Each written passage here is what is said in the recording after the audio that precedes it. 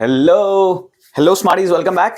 आज है day 10 of 360 degree maths. Consistently जो रहा है, सच में उसने कुछ अनमोल पाया है। जिसने नहीं देखे वीडियोस वो भी अभी देख सकते हो ऑब्वियसली। सो आज का कोट, सपने वो नहीं जो हम सोते वक्त देखते हैं, सपने वो है जो हमें सोने नहीं देते। True, very true. हाँ, बहुत बढ़िया लाइन है। आगे बढ़ते हैं। सबसे पहला question, the pair of equation x is equal to -4, x is equal to -5, y is equal to -5 graphically represent lines which are. इस तरह का क्वेश्चन क्लास 9 में आता था। ऐसा अभी 10 में भी क्लास 10 में भी पूछ सकते हैं। बहुत ही सिंपल सा क्वेश्चन होता है। इसका डायरेक्ट आंसर होता है x -4 है और y -5 है, तो यही इसी पॉइंट पे दोनों लाइंस मीट करेगी। इसका मतलब क्या होता है, अगर मैं थोड़ा सा और डिटेल में बता दूं, x -4 सपोज करो यहां कहीं पे होगा, तो x -4 वाली लाइन ये हो गई। y -5 यहां कहीं पे होगा, तो ये लाइन हो गई। तो इस पॉइंट के कोऑर्डिनेट क्या बनेंगे? -4, -5। यही क्वेश्चन में पूछा था। सो इंटरसेक्टिंग एट -4, -5, यानी कि option B is the correct answer. That's it, super easy है ना। कंसेप्चुअल क्लैरिटी हो तो इस तरह के इजी सम्स हो जाते हैं, बट कंसेप्ट में ही गड़बड़ हो तो नहीं हो पाते। तो वन शॉट वीडियो भी है हर चैप्टर का, जरूर देखना। The angles of a triangle are x, y and 40. The difference between the two angles x and y is 30 degree. Find x and y. Super easy question again. Triangle देखते ही आपको सारे concept triangle related दिमाग में आने चाहिए, घंटी बजनी चाहिए। ट्राइंगल का एंगल्स हम property 9th standard 8th standard पता नहीं कौन से स्टैंडर्ड में सिखाया जाता है, 180 डिग्री होता है। तीन एंगल्स ट्राइंगल के यहाँ दिए हैं, x, y और 40। देखो, एक इक्वेशन तो तुमको सीधी सीधी दे दी, इन दोनों का डिफरेंस 30 है, यानी x - y equals to 30 degree. But दूसरी इक्वेशन इनडायरेक्टली दी है कि तीन एंगल्स दिए हैं। अब हमको पता है कि तीनों का सम कितना होगा, 180 डिग्री। इसकी मदद से मैं दूसरा इक्वेशन बनाऊंगा। ये हमारा इक्वेशन 1, ये हमारा इक्वेशन 2। इन दोनों को एलिमिनेशन और सब्स्टिट्यूशन कोई भी एक मेथड आप करोगे सॉल्व करके, तो अगर सपोज करो दोनों को ऐड करता जाता हूं तो x 2x मिलेगा, -y + y कट जाएगा, 30 140 इज 170। सो x की वैल्यू इस तरीके से आती है 85 डिग्री। Super easy. अगर x मिल गया है, y ढूंढना हो तो y विल बी 140 - 85 कितना हो जाएगा 15 और 40 दैट इज 55 डिग्री। ये हमारा y भी हमको मिल गया। इतना आसान क्वेश्चन था, 2 मार्क का क्वेश्चन है, इतना सिंपल आना ही चाहिए, राइट। बढ़ते हैं आगे नेक्स्ट क्वेश्चन की तरफ। The largest angle of a triangle is equal to the sum of the other angles. The smallest angle is 1/4 the largest angle. अरे अब थोड़ा सा खिचड़ी पकाई है ट्राइंगल रिलेटेड ही, बट थोड़ा सा कॉम्प्लेक्स बनाने की कोशिश है। The largest angle of a triangle is equal to the sum of other 2 angles. 3 angles लेके करें, ठीक है ना। इस वाले को लार्जेस्ट मानते हैं x, ये बीच वाला y और z सबसे स्मॉलेस्ट। अब बोला गया है कि x जो है वो y + z के बराबर है। जो लार्जेस्ट है वो स्मॉलेस्ट के दोनों के सम के बराबर है, क्वेश्चन में ऐसा बोला है। और जो स्मॉलेस्ट है वो 1/4 है लार्जेस्ट एंगल के, यानी जो z है वो 1/4 है x के बराबर। सबसे पहले तो इंग्लिश लिखना जरूरी, let the largest angle be x and the smallest be z and 3 angles be x y z, ठीक है ना। Let 3 angles be x y z, x be largest and z be the smallest one.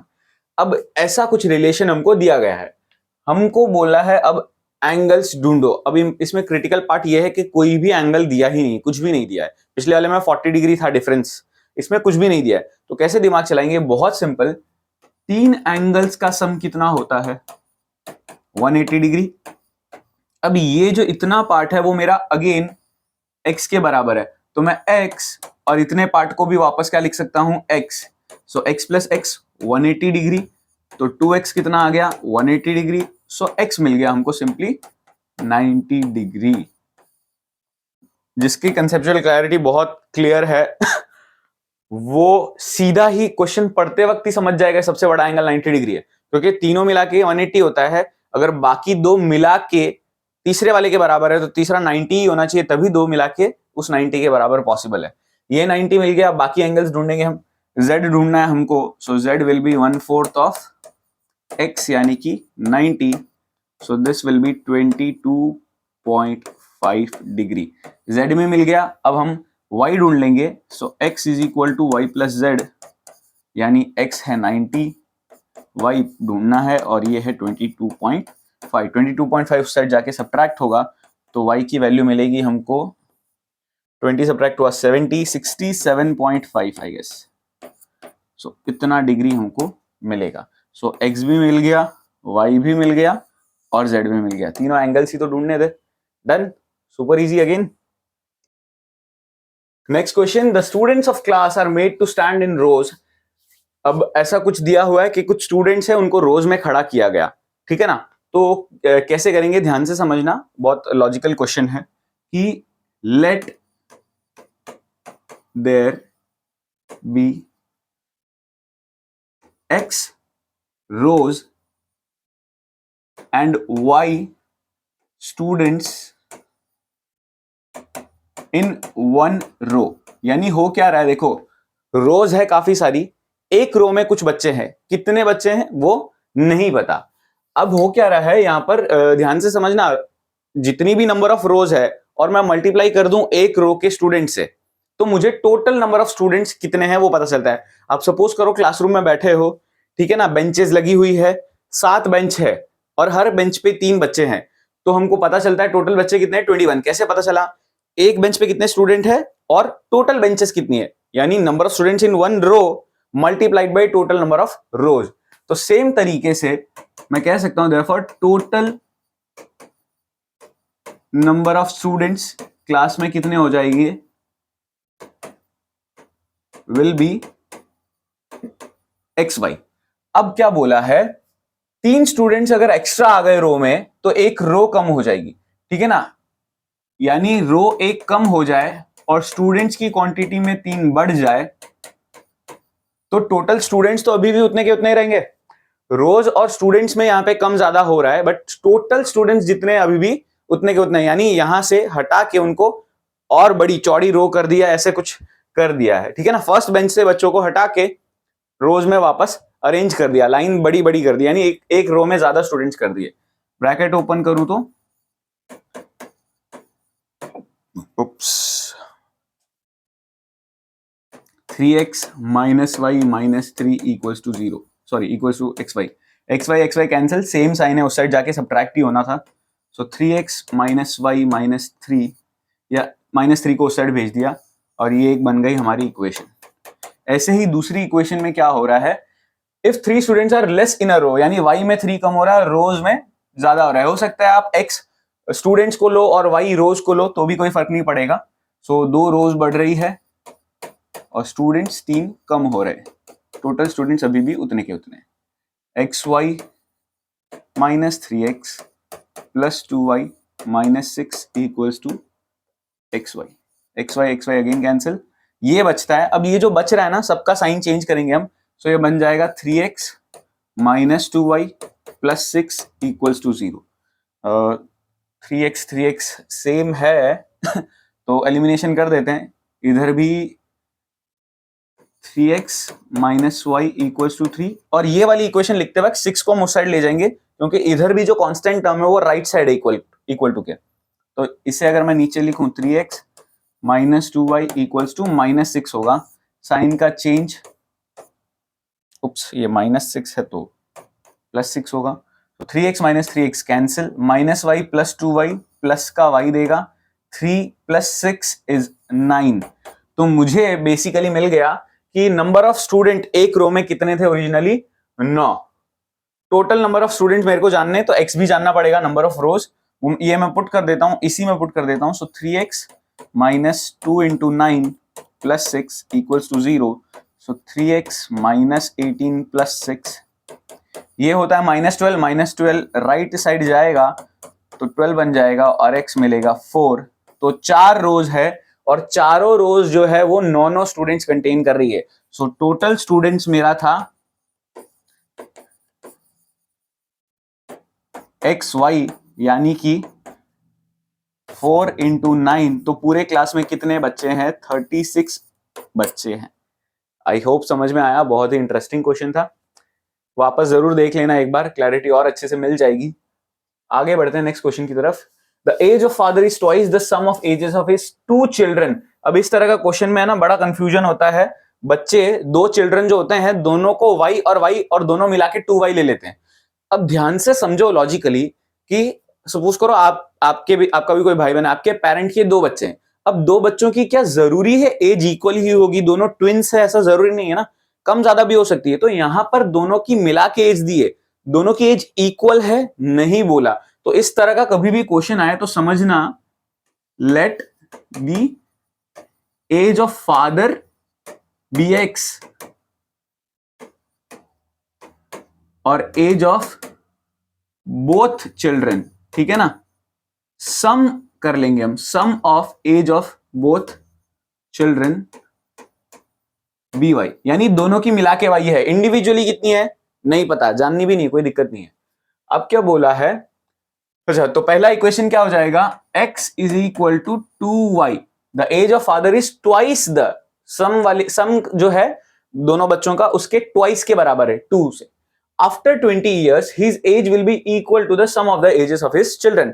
तो पहली बात तो दो बच्चे हैं, अब यहां पर जो फादर है उनकी एज आफ्टर 20 years के बाद क्या होगी, x प्लस 20, बच्चे अभी दोनों की मिला के कितनी है y, ध्यान से समझना कंफ्यूज मत होना, अभी दोनों की मिला के y है। 20 साल बाद क्या होगा, दो बच्चे हैं तो दोनों 20-20 साल से एज बढ़ाएंगे। यहां पे तो अकेला फादर था तो प्लस 20 कर दिया, बच्चे दो है तो दोनों की अगर 20-20 बढ़ गई तो 20-20 कितना होता है 40, इसीलिए प्लस में क्या आएगा 40। ये बहुत लॉजिकल चीज है, यहां सबसे ज्यादा कंफ्यूजन होता है। अब y को इधर और 20 को इधर लेके जाते हैं, अब तो सिंपली सॉल्व करना है, कोई दिक्कत ही नहीं है। 40 minus 20, so x minus y equals to 20, x की वैल्यू 2y थी वो सब्स्टिट्यूट कर देंगे, सो y विल बी 20, यानी दोनों बच्चों की मिला के एज 20 है। इंडिविजुअली कितनी है अभी भी नहीं पता, और हमको फादर की एज जाननी है, सो x is 2y, so 2 into 20 40 निकल के आती है। सो फाइनल स्टेटमेंट इंग्लिश जरूर लिखना, the age of father is 40 years, that's it। There are some students in the examination halls A and B.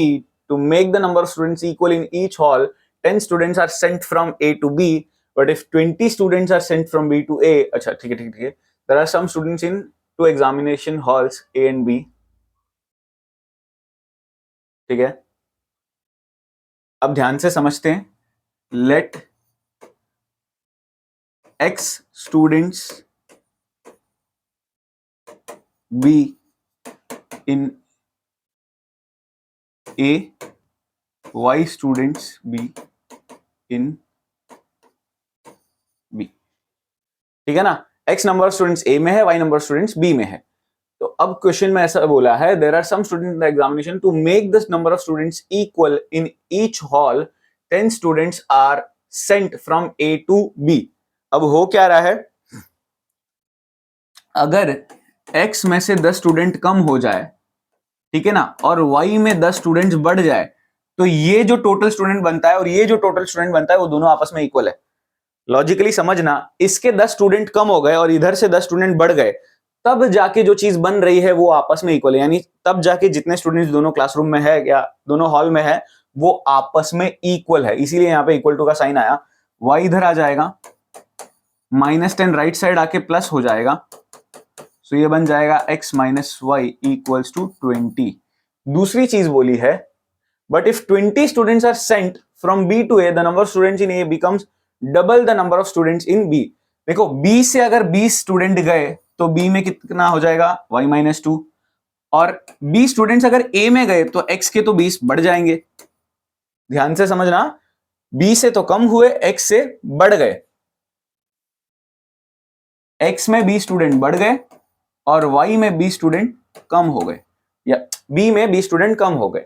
अब रिलेशन क्या दिया है, तो जो A के स्टूडेंट्स है वो B के डबल होंगे। ज्यादातर बच्चे यहाँ पे ये जो 2 मल्टीप्लीकेशन का ना वो यहां कर देंगे।